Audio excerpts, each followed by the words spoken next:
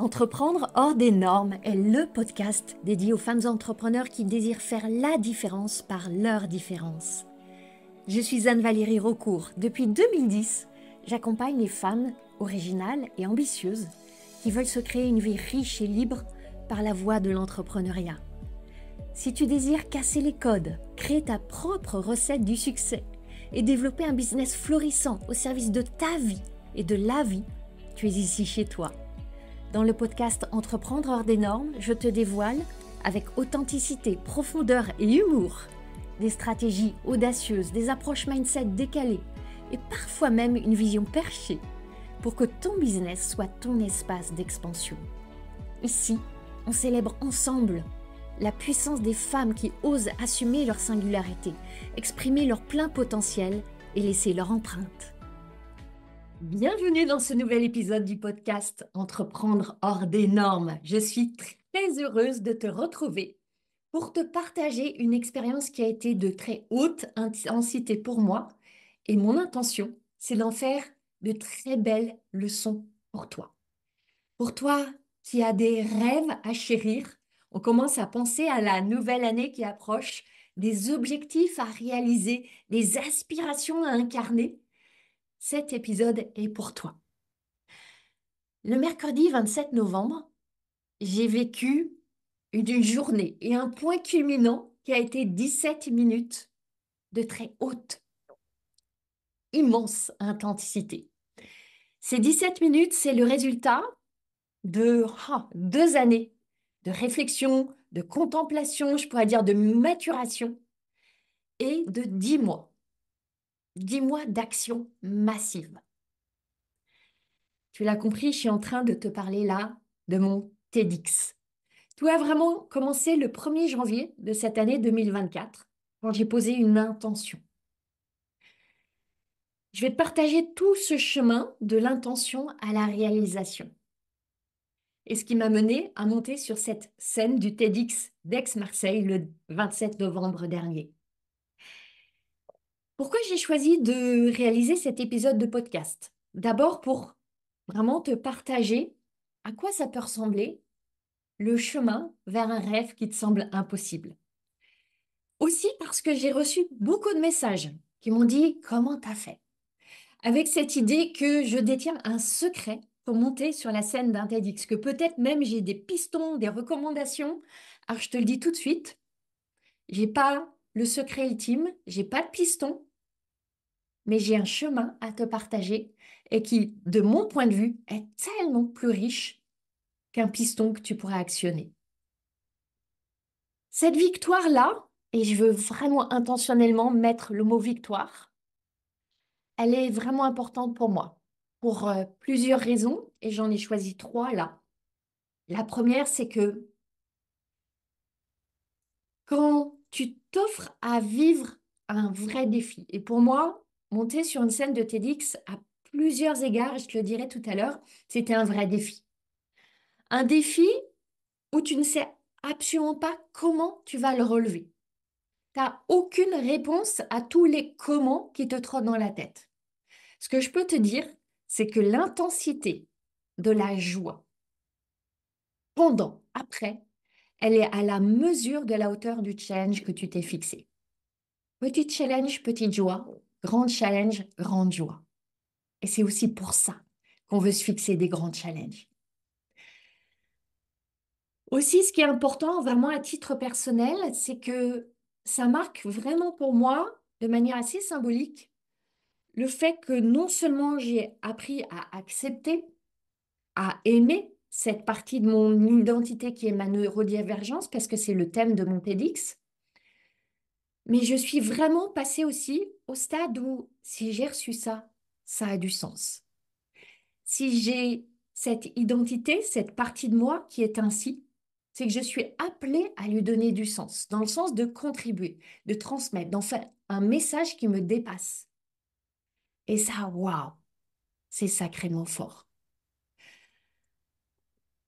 Troisième point vraiment important pour ouvrir cet épisode, et je veux te le dire, c'est qu'il y a 2 années de ça, jamais j'aurais eu le courage d'envisager un tel défi. C'est un vrai chemin de dépassement de mes résistances, de mes propres obstacles, de mes freins, de mes croyances. Et là, je me souviens de la petite Anne-Valérie, celle qui tremblait en classe quand elle devait faire un exposé, de la Anne-Valérie au collège qui tremblait devant la classe quand il fallait jouer de la flûte dans les cours de musique, qui devenait rouge écarlate, qui avait sa flûte qui tremblait entre ses mains, qui était incapable de sortir des notes.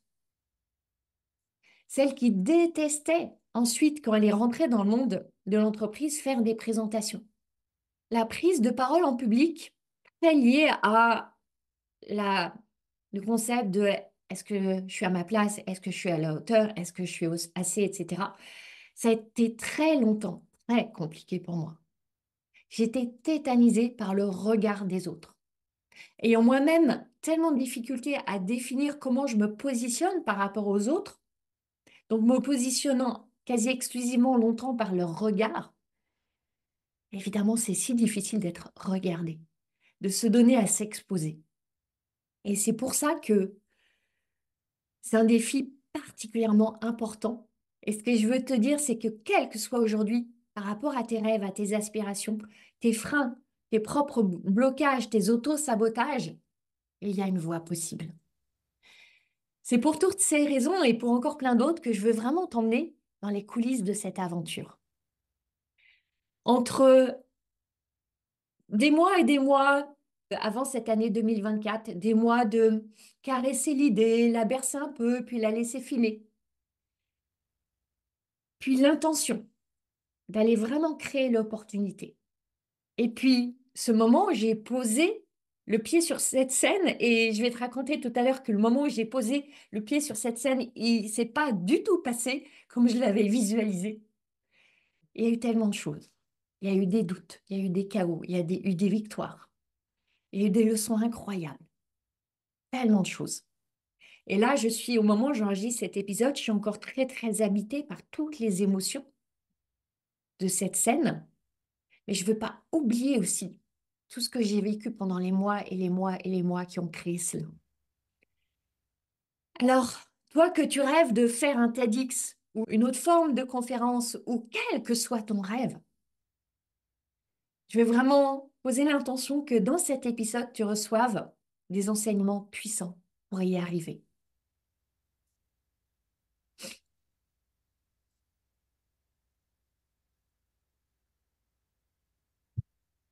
Hmm. Depuis le début de cet épisode, j'ai posé le mot intention.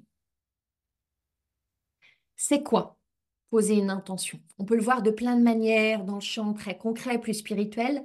Là, j'ai envie de te dire que c'est dire oui à ton ambition. Et que l'intention, ce n'est que la graine, ce n'est que le début. Et je vois beaucoup d'entrepreneurs qui restent à l'intention, qui ont peut-être lu le fameux livre Le pouvoir de l'intention, etc., qui se bercent de l'idée que l'intention fait tout. J'ai envie de te dire, ton intention, elle a à être suivie très rapidement d'une décision. Pour ma part, je pense que ça fait à peu près 2 ans que j'y pensais. Je regardais régulièrement des TEDx sur YouTube, ça m'inspirait. Je me disais, waouh, si un jour je faisais ça. Mais c'était si un jour et c'était vraiment dans le champ de l'impossible. Et il y avait vraiment encore un gouffre entre y penser comme ça, rêvasser autour de l'idée et décider que ça pourrait être possible pour moi. Au 1er janvier, dans ma liste des vœux, des intentions, je me suis dit, cette année, je vais le faire. Et tu vois, dans je vais le faire, c'est je veux le faire. Donc tout de suite, ça a été une décision. Il y a une différence entre une intention et une décision. Qu'est-ce qui s'est passé ensuite? Donc ça, on était le 1er janvier. Le mois de janvier s'est écoulé. J'étais très occupée par le sommet entrepreneur hors des normes que je lançais à ce moment-là, qui avait lieu fin janvier. C'était mon premier sommet. Il a eu une envergure phénoménale, donc ça m'a beaucoup, beaucoup, beaucoup occupée. Et voilà, l'idée du TEDx, elle est partie un petit peu dans les limbes, un peu oubliée. début février, le sommet est passé. L'idée du TEDx est revenue et j'ai vu à quel point cette intention slash décision pouvait vite s'évaporer. Et en même temps, ce qui s'était passé, c'est que l'expérience du sommet entrepreneur hors des normes, qui avait été absolument fabuleuse, avec des milliers de participants, des connexions incroyables, des transformations phénoménales, ça m'avait connecté au pouvoir de la transmission, de la prise de parole, de l'impact qu'on peut avoir. Et là, pour être tout à fait honnête, c'est là que j'ai vraiment décidé. Grâce au sommet qui m'a vraiment propulsée, j'ai vraiment décidé que le TEDx, j'allais le faire. Mais j'étais très consciente en même temps qu'il y avait encore le risque que la décision se dissipe. Pourquoi il y avait ce risque? Et c'est le risque auquel tu es confronté toi-même quand tu te choisis des objectifs. C'est parce que nous ne savons pas comment. C'est nouveau, c'est inconnu, on ne sait pas comment. Et on a vite fait de s'abriter derrière, comme je ne sais pas, je ne peux pas. On, on tisse cette déduction très rapidement. Je ne sais pas, donc je ne peux pas. Attention à ça. Je ne sais pas, donc je vais découvrir.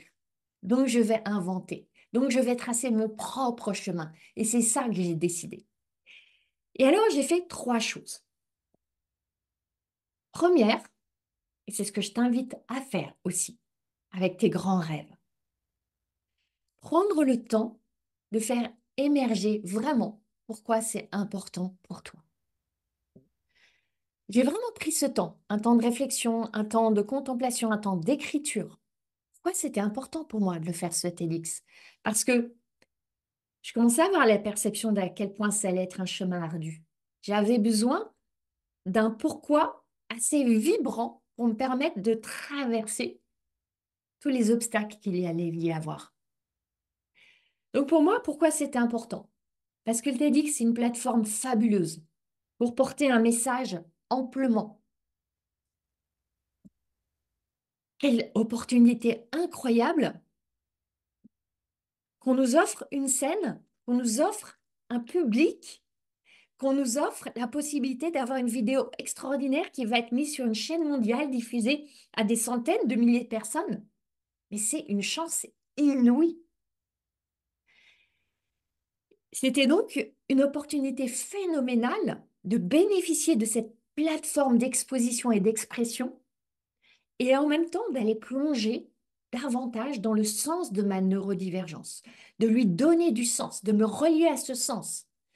Alors j'étais à ce moment-là vraiment dans cette transmutation de «Oh, c'est un fardeau» à «Waouh, je vais en faire un cadeau».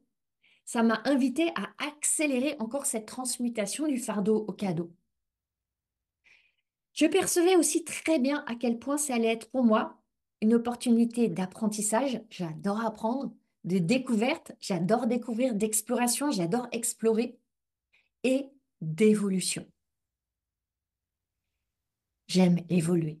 Et tout ça, je vais y revenir un peu plus tard quand je vais vraiment te décrire le processus. J'avais envie d'impacter. Et au-delà de ça, et ça j'en ai vraiment pris conscience lors de la scène, je ne l'avais pas mis en mots comme ça, de toucher des cœurs, de toucher des âmes, de vivre cette reliance qui pour moi est encore si souvent tellement difficile. Parce que le trouble du spectre autistique engendre des difficultés relationnelles réelles. Et avoir cette opportunité de me relier à d'autres êtres humains avec une telle intensité, mais quelle bénédiction! Et aussi, bien sûr, et je ne veux pas camoufler ça, j'avais bien conscience que le TEDx, c'est un accélérateur de visibilité, un amplificateur de notoriété et d'autorité. Et quand on est entrepreneur, bien évidemment, on a envie de ça. Et c'est aussi une des raisons, c'est pas au premier rang, mais c'est une des raisons pour lesquelles j'avais envie de le faire aussi. Et je vais pas te dire que c'était 1000% pour la contribution. Il y avait aussi un petit peu de ça qui était là. Mais évidemment que ça ne suffisait pas à me faire m'engager sur le chemin. Donc ça, c'est la première chose. Deuxième chose que j'ai faite, et ça a joué vraiment un rôle important à plusieurs niveaux, je savais que je risquais de me défiler parce que j'allais me confronter à mes plus grandes peurs. Donc, j'ai publiquement annoncé, quand je dis publiquement annoncé, c'est que j'ai posté sur les réseaux sociaux, sur LinkedIn, sur Facebook, Instagram, j'en ai parlé à mes clientes, j'en ai parlé autour de moi. J'ai dit, cette année, je veux faire un TEDx. Je crois même que je suis allée jusqu'à dire, cette année, je vais faire un TEDx. C'était pas facile de dire ça, parce que je prenais le risque de ne pas finalement le faire, parce que quand j'ai dit ça, je ne savais toujours absolument pas comment. J'ai dû l'annoncer, je pense, au mois de mars, mais je me rendais redevable. Je rendais ça non négociable.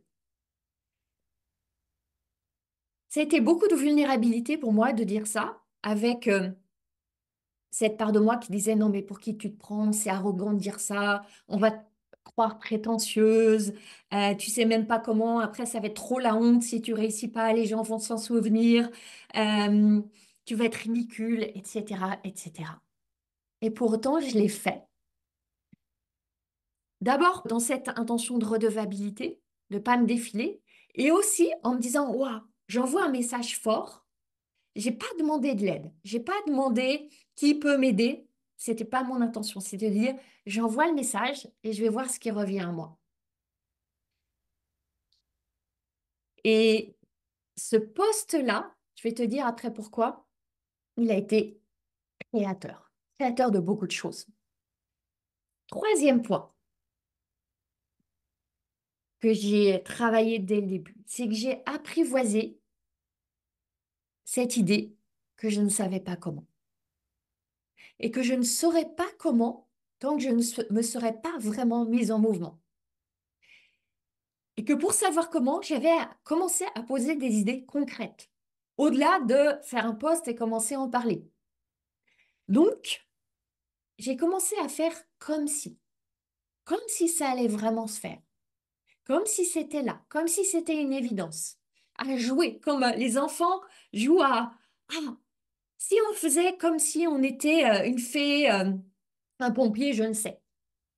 J'ai commencé à jouer à comme si j'étais une conférencière TEDx.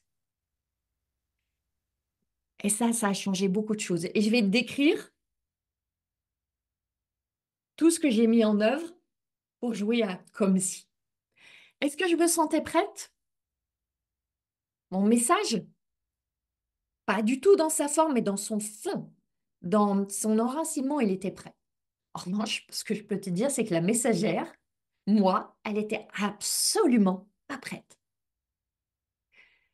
Le message pour toi, là, c'est ose dire oui à ton rêve avant de te sentir prête, sans savoir comment.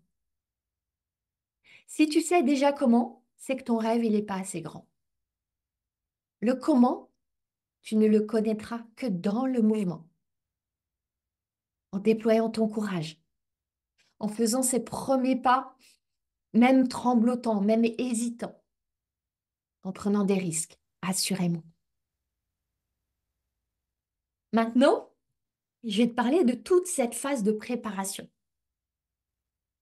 qui a été faite de beaucoup de chaos, de moments de clarté et de chaos encore. Et aller de plus en plus vers de la clarté qui finalement n'a été là que au jour ultime. Ça n'a pas été un chemin linéaire, loin de là, qui a été fait de plein d'itérations, de plein de petites actions, de plein de paris, de plein de prises de risques. Et ça a vraiment duré 10 mois en fait. Ça a commencé par décider d'investir avant même de savoir si j'allais monter sur une scène. Parce qu'il a fallu plusieurs mois de mise en action avant d'avoir la certitude que j'allais monter sur une scène. Et quand je te parle d'investir, c'est que très tôt, j'ai choisi une coach qui allait justement me préparer à l'idée que ça allait être possible et qui allait m'aider à rassembler mes idées et à commencer à les structurer. Parce qu'un talk TEDx, c'est une structure particulière, c'est un format très contraignant. Et j'ai très tôt commencé à travailler avec une coach pour rassembler mes idées et simplement commencer à y croire, tout simplement. Et j'ai investi massivement pour ça très très tôt. Et je me suis dit, OK, si je fais pas une scène de TEDx, ça sera une autre scène. Et si personne ne me veut sur sa scène, je créerai ma scène. Je suis partie avec ça comme idée. Ensuite, j'ai contacté des personnes que je connaissais, qui avaient fait des conférences TEDx ou qui pouvaient connaître des personnes qui, etc. Et là, ça a été loin de me rassurer, ça m'a inquiétée. J'ai très vite compris que obtenir cette bénédiction, et c'est vraiment une bénédiction de monter sur cette scène, ça allait être très compliqué. Pourquoi? Parce que jusqu'à il y a quelques années, quand tu es entrepreneur, expert, j'ai envie de dire au sens large, quand tu veux porter un message, jusqu'à il y a quelques années, pour ça, publier un livre, c'était le Graal. Ça te positionnait tout de suite en termes d'autorité et d'expertise. Maintenant, le monde de l'édition a changé. Tout le monde peut auto-éditer un livre. Donc, il n'y a plus de barrière à l'entrée pour devenir auteur de livre. C'est pour ça que le TEDx, c'est un peu devenu le nouveau Graal. Pour vraiment gagner cette perception d'autorité, accélérer ta notoriété, c'est plus le livre maintenant, parce qu'on sait que tout le monde peut devenir auteur, c'est le TEDx. C'est la raison pour laquelle, depuis quelques années, et ça s'accélère, il y a des milliers de candidats, très très très peu d'élus. Donc, au gré des échanges que j'avais, j'ai réalisé que je rentrais vraiment dans une nébuleuse d'une grande complexité. Ça m'a paru au début comme une énorme pelote très emmêlée, imbriquée. Et il y a franchement un moment où je me suis dit, mais je vais jamais y arriver. Comment je vais pénétrer ce monde qui est tellement pas le mien? Et j'ai compris que pour être choisi sur une scène, j'allais avoir à compter sur la combinaison de deux facteurs. D'abord, passer tout un processus de sélection. C'est des jurys, il faut présenter son idée, la faire valider, embarquer les gens, etc., justifier pourquoi tu es la bonne personne, etc. Et en même temps, si possible, être recommandé. Parce que les organisateurs de TEDx reçoivent tellement de candidatures que sans recommandation, ça tient du miracle pour passer à travers toutes les mailles de ce filet qui sont très, très, très, très serrées. Et finalement, pour moi, il y a eu la magie d'une rencontre qui s'est passée grâce à ce post que j'avais publié sur LinkedIn. Et il y a un magicien, et je le remercie, qui a lu ce post, que je connaissais un petit peu en fait. On avait eu une jolie rencontre, on n'était pas plus en contact que ça. Il a lu mon post, il intervenait en tant que coach pour le TEDx Aix-Marseille. Il m'a demandé si j'étais toujours en recherche. J'ai dit oui. Il m'a introduite. Et là, je suis passée par tout un processus de sélection et de resélection et de réajustement qui a été vraiment long, vraiment ardu, laborieux, beaucoup, beaucoup de travail. J'ai travaillé des week-ends, des soirées. Mais c'est à l'origine cette audace à l'annoncer au monde qui a créé la magie de cette rencontre, de ce soutien. Et après, beaucoup, beaucoup, beaucoup de travail. J'ai eu à trouver mon message clé. Je suis partie d'un premier message qui n'a pas été retenu quand j'ai passé les premières sélections, parce qu'on m'a dit que c'était trop dev perso. Et là, j'ai eu un gros défi, parce qu'on m'a donné pour instruction, il faut absolument ne pas être trop dans le dev perso. Il y a eu des grandes discussions sur c'est quoi dev perso, c'est quoi pas dev perso. S'en sont en suivi des grandes discussions pour que moi je puisse comprendre qu'est-ce qui est dev perso, qu'est-ce qui n'est pas dev perso, où est la frontière, comment me positionner. Donc ça a été beaucoup de travail pour moi. Et j'ai recommencé, et j'ai recommencé à écrire une proposition et une autre proposition et à engager des discussions. Et à pas savoir si tout ce travail, des heures et des heures et des heures de temps, d'énergie, si ça allait porter des fruits. Et ça, ça peut être ingrat. Et ça, c'est ce qu'on vit aussi en tant qu'entrepreneur. Tu travailles, tu travailles, tu travailles. Tu sais pas si ça va créer les résultats. Absolument pas. Mais tu le fais parce que c'est plus fort que toi, c'est plus grand que toi, c'est plus important que cet investissement que tu es en train de faire là. Et finalement, il y a eu ce oui. Je l'ai fait répéter. J'ai demandé qu'on me le redise. Oui, c'est sûr, vraiment, c'est bon. J'y croyais pas en fait. Et là, il y a eu encore d'autres phases. Créer cette conférence. Et créer une conférence dans ce format qui ne doit pas dépasser les 18 minutes.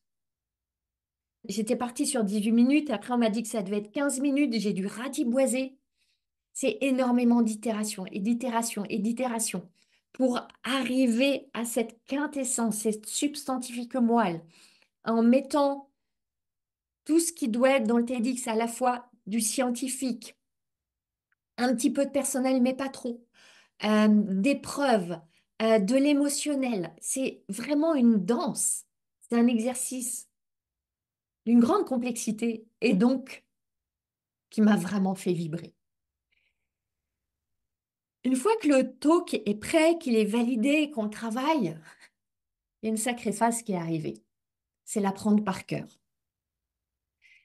Le principe du TEDx, c'est que on n'a pas droit aux feuilles, aux notes, à un prompteur, à rien. On est sans filet. Et j'étais tétanisée à l'idée de ne pas réussir à l'apprendre par cœur. Parce qu'il ne s'agit pas seulement de l'apprendre par cœur et de le répéter robotiquement. Ensuite, il s'agit de l'habiter, de l'incarner. Puis, encore, ensuite, d'intégrer les éléments qui sont liés à la scène, le mouvement, le regard, les intonations, etc. Et quand tu es à la fois en train de répéter ton texte et de greffer tout le reste et d'essayer de l'habiter et d'être porté et de connecter au public, c'est une sacrée gymnastique. Donc tu peux imaginer que j'ai été traversée par tant d'émotions. Bien sûr qu'il y a eu des moments de joie, de déclic, de fierté, d'enthousiasme, et en même temps aussi beaucoup de peur. Ce syndrome de l'imposteur qui est venu me taper sur l'épaule tant de fois. Mais pour qui tu te prends? Et puis je voyais les autres speakers, et je me trouvais ridicule à côté. Mais pourquoi toi? Et qu'est-ce que tu vas raconter? Comment ça va se passer? Et tous les doutes et les moments de confusion et les moments où je répétais, et j'avais des grands blancs. J'ai tout traversé. J'ai été traversée partout. Et je me suis donné du temps. Ce qui était très important, c'est vraiment de structurer ce chemin. Quand je voyais que ça approchait, c'est-à-dire à partir de l'été, fin août, début septembre, je me suis dit, ah, waouh, on approche, je vais avoir à structurer le temps. Je me suis établi tout un rétro-planning pour me sécuriser, pour me donner l'idée, c'est bon, Anne-Valérie, tu vas y arriver, tu es en contrôle. J'avais besoin de sentir une forme de contrôle de la situation. Je me suis fait tout un rétro-planning, les parties que j'avais à apprendre semaine après semaine et sur quel axe j'allais travailler en particulier et j'invitais la discipline. Beaucoup de discipline. Je me suis astreinte à répéter, répéter, répéter. Mon mari a été extraordinaire. À chaque fois que je lui demandais, il jouait le public pour moi. Un public qui au début me voyait répéter droite comme un i, comme un petit robot, puis qui petit à petit me voyait habiter de plus en plus le texte. Un public toujours bienveillant, toujours soutenant. Et il en a vu des vertes et des pas mûres. Il a été toujours là. Merci à lui. Puis il y a eu la phase finale, vraiment le dernier mois, où j'ai eu à en faire une priorité. Et tu peux imaginer, j'ai une vie à côté. Et la vie, elle a choisi de me chambouler dans ce mois de novembre qui a précédé. Début novembre, et j'en ai parlé dans un épisode précédent du podcast, j'ai vécu un deuil particulièrement éprouvant. qui s'est passé en plein dans le lancement de Sacré Bise. Ça a été extrêmement chamboulant pour moi. Et j'étais dans cette phase de montée en puissance pour la préparation du TEDx. Tout ça s'est percuté, télescopé. Et j'ai eu à rester dans mon sillon, tenir ma rampe, continuer, quoi qu'il advienne. Je sais qu'il y a parfois des speakers qui renoncent, qui se défilent. Pour moi, c'était exclu. J'allais honorer cette chance, honorer cet engagement, me respecter, respecter les organisateurs, respecter toutes les personnes qui croyaient en moi, respecter ce public qui allait être là. Tu vois, là, ce dont je te parle, c'est de t'engager vraiment, de tenir sur la durée. 10 mois, c'est long à tenir. Pendant ces 10 mois, il n'y a pas une semaine où j'ai pas travaillé pour ça. Dans les dernières semaines, il n'y a pas un jour où j'ai pas travaillé pour ça, en plus de tout le reste. Ça veut dire me créer des contraintes dans mon temps.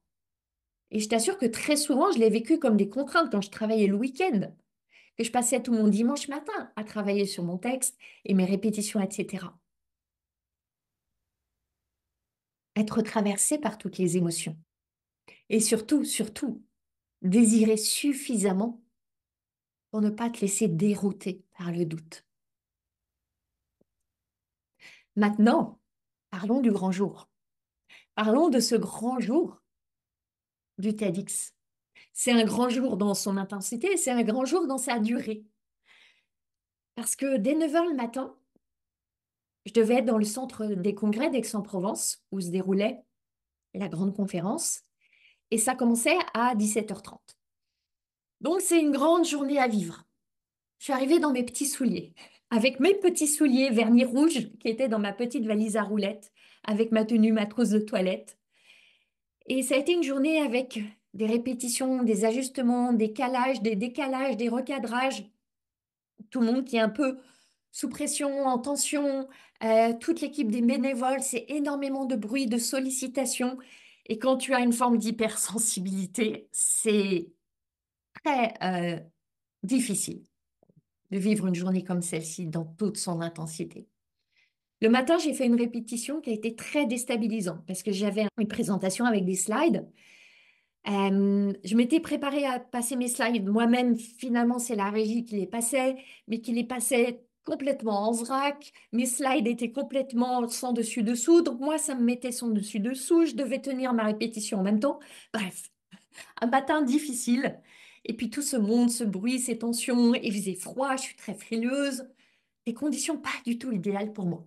Alors j'avais tout prévu, presque. Presque. J'avais prévu la playlist, le casque, mes pierres, mes gris-gris, mes rituels. Je m'étais fait une playlist spéciale. Mais j'avais oublié une chose essentielle que pourtant j'avais préparée. Ma drogue, mon chocolat. Ouais, je suis addict au chocolat tous les jours. Je déguste 2 carrés de chocolat noir. Là, je les avais soigneusement préparés, emballés dans un petit morceau de papier alu que j'avais soigneusement plié. Et après le déjeuner, je vais dans ma valise chercher un petit paquet de papier alu. Impossible de le trouver. Je vide la valise, je vide mon sac. Rien. Je me suis dit, c'est pas possible. C'est pas le jour pour oublier, je ne peux pas. Moment de panique. Et il a fallu que je trouve une solution. Dardard. Je suis sortie du centre des congrès. J'ai demandé à quelqu'un dans la rue, est-ce qu'il y a une supérette? Chance. Il y avait une supérette pas très loin. Un petit super U utile que j'ai vu comme la grotte de Lourdes qui allait me permettre de vivre le miracle de trouver ma tablette de chocolat. Et je suis revenue avec mon chocolat Lindt 90% à la main, comme si j'avais vraiment trouvé le Saint Graal qui allait me sauver. Tout allait bien. Cette journée, elle m'a paru à la fois tellement longue et en même temps elle a filé à toute allure. Il y a vraiment une distorsion de la notion de temps dans une journée comme celle-ci.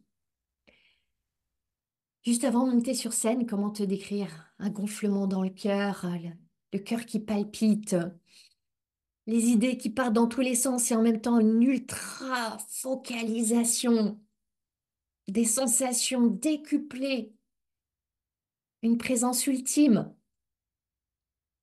Me rappeler pourquoi je suis là. C'est un temps suspendu, un temps en même temps ultra ancré.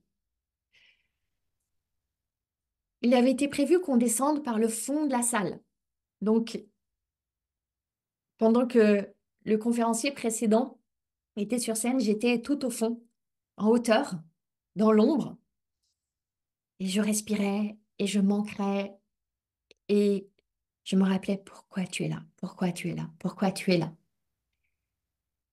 Le moment où on m'annonce, je descends les escaliers, je descends dans l'arène, puis il y a quelques marches pour monter sur scène, et là, patatras, je chute au moment d'arriver sur scène. Je chute. Et là, plutôt que de m'affaler comme une crêpe, je me raccroche à la maîtresse de cérémonie, je lui tombe dans les bras pour éviter de choir lamentablement comme une limace sur la scène. Moment de rire. Autant te dire que ça n'a pas du tout été l'arrivée sur scène solennelle que j'avais visualisée des dizaines et des dizaines et des dizaines de fois. Comme quoi, parfois, tes visualisations créent quelque chose de différent. Et en même temps, quand je le vois maintenant, je ris et je me dis que ça a été génial que ce soit comme ça. Il me fallait une entrée sur scène hors des normes. Puis est venu ce moment d'ultra présence, d'ultra connexion. Me dire, je suis là au service de mon texte, au service de mon message, au service de ces personnes qui seront là, au service de toutes celles qui ensuite verront la vidéo.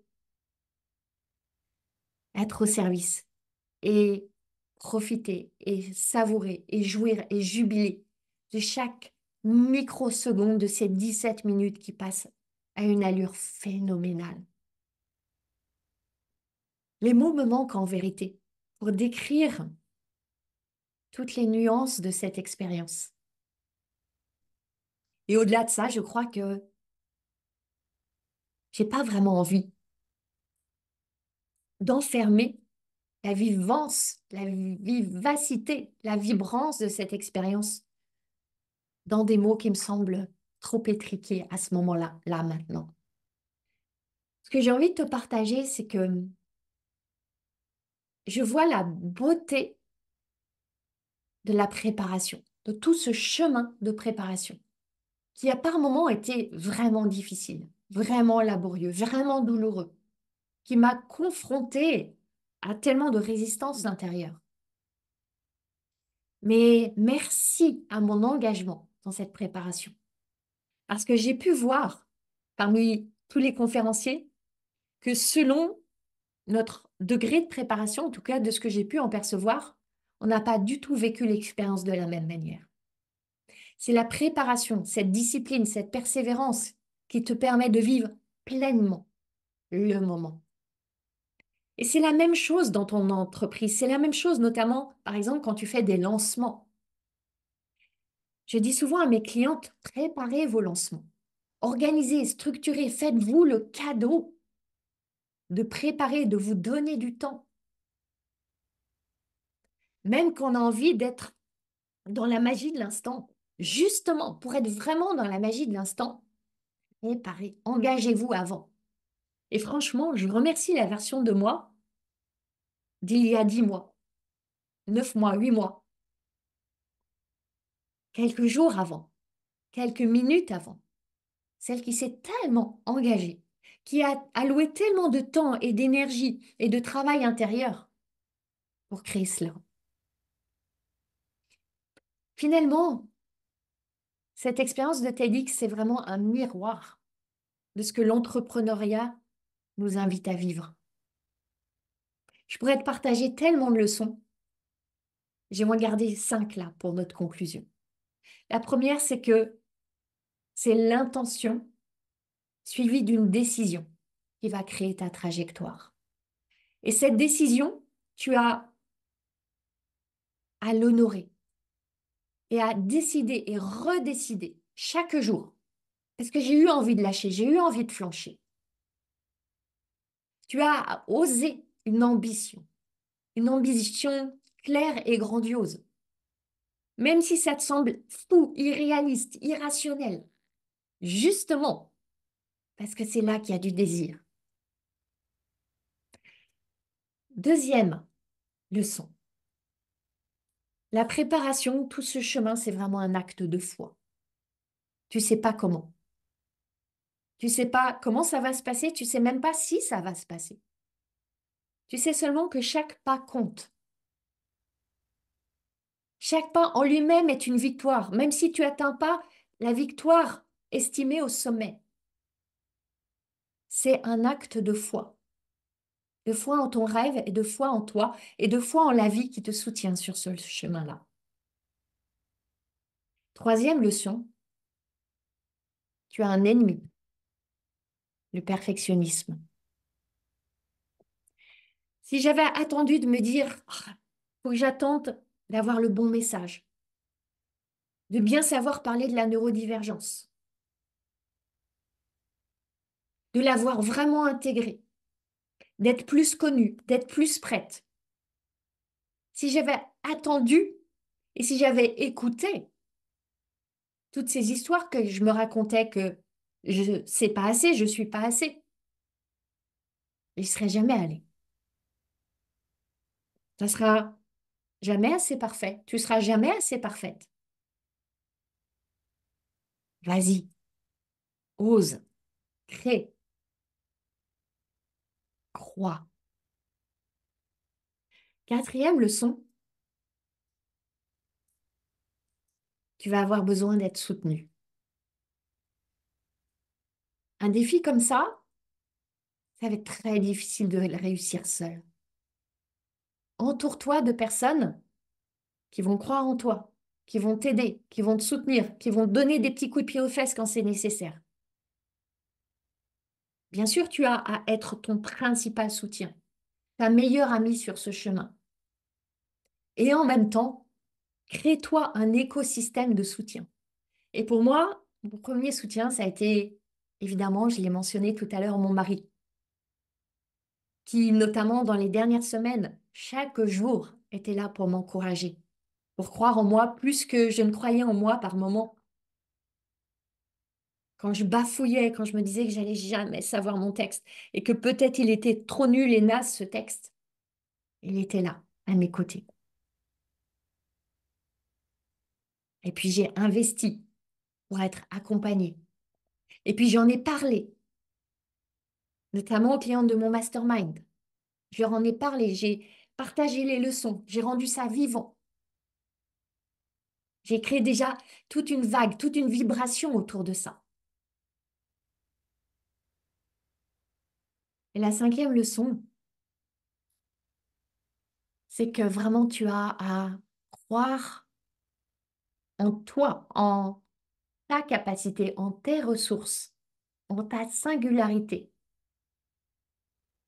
en cette idée que tu es là pour cela. Que si cette graine de rêve, cette graine de désir a été semée dans ton cœur, c'est pas pour rien. C'est pour quelque chose. C'est pour quelque chose de grand, c'est pour quelque chose de grandiose même. Et que si tu ne prends pas soin de cette graine, si tu mets pas toute ton énergie et ton cœur à la faire pousser, nul autre que toi ne pourra le faire. Et après mon talk, il y a eu un entracte parce que je suis passée dans la première partie. Et ensuite, à l'issue de toutes les conférences, il y a eu un cocktail. Et ça a été bouleversant pour moi de voir toutes ces personnes qui sont venues me remercier, qui m'ont dit à quel point elles ont été touchées, à quel point, par mes mots, j'ai ouvert des esprits et des cœurs, qui m'ont dit à quel point ça avait résonné pour elles, à quel point j'ai offert des clés de compréhension, à quel point il y a une vague d'amour qui s'est diffusée. Et même quand je remontais les marches à la fin de mon talk et que j'avais le sentiment d'une ovation, d'une salve d'applaudissements et tous ces gens qui me regardaient en me disant merci, merci, merci, et les gens qui pleuraient, j'en ai des frissons là alors que j'en parle, c'est bouleversant. Et je me dis, on a tant de pouvoir par nos mots.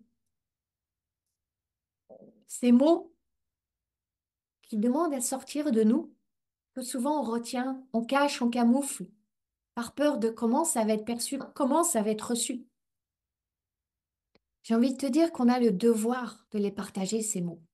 C'est une responsabilité. On n'a pas le droit de les cacher. On n'a plus le droit. On a commencé à sentir cette sensation, cette vibration, cette envie d'expression. Ma neurodivergence, elle est vraiment, mais vraiment devenue une chance quand j'ai réalisé que je pouvais en parler comme d'une chance pour la société. Et je ne pouvais que incarner à quel point c'est une chance pour moi, pour être en mesure d'en parler comme une chance pour la société et son évolution. C'était le propos de mon talk. J'avais à l'incarner pour être en congruence. Et quel chemin! Tu n'as pas besoin d'être parfaite pour faire ce qui demande à pousser en toi. Tu as juste à être prête à avancer. Alors, beaucoup m'ont demandé où est la vidéo? Quand voir la vidéo? Alors, la vidéo, elle sera disponible sur la chaîne TED, sur YouTube, d'ici un mois à peu près. Bien entendu, je communiquerai quand elle sera parue, parce que j'ai tellement envie que ce message y touche encore plus de cœur et d'âme que ceux qui étaient là dans la salle. Et en attendant, pour être soutenu dans ton audace, pour être encouragé, pour vibrer plus haut, plus fort, plus grand, plus grandiose, pour commencer à créer une merveilleuse nouvelle année 2025, je te recommande mon livre Femmes hors des normes. C'est un livre qui parle de courage et d'audace et de la possibilité de réaliser tes rêves, quels qu'ils soient, qui que tu sois. C'est le message de ce livre par mes histoires, mes anecdotes, les réflexions, les exercices que je te partage, tous les cadeaux en plus qui sont dans le livre. C'est vraiment le livre qui est appelé à t'aider à créer une magnifique année 2025. Femmes hors des normes est disponible sur Amazon. Donc, tu peux te l'offrir. Tu peux l'offrir pour Noël à d'autres femmes, à des hommes aussi, pourquoi pas, pour m'aider à diffuser ce magnifique message. Merci à toi. Je te souhaite une magnifique suite de journée et on se retrouve très bientôt. Ma mission, c'est d'aider les femmes comme toi à se lâcher la bride pour lâcher les fauves. Si tu aimes ce podcast, tu vas adorer la formation que je t'offre.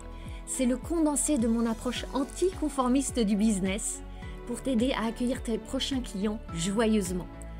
Reçois cette formation gratuitement en cliquant sur le lien dans les notes du podcast. Je jubile déjà en pensant à tout ce que tu vas réaliser.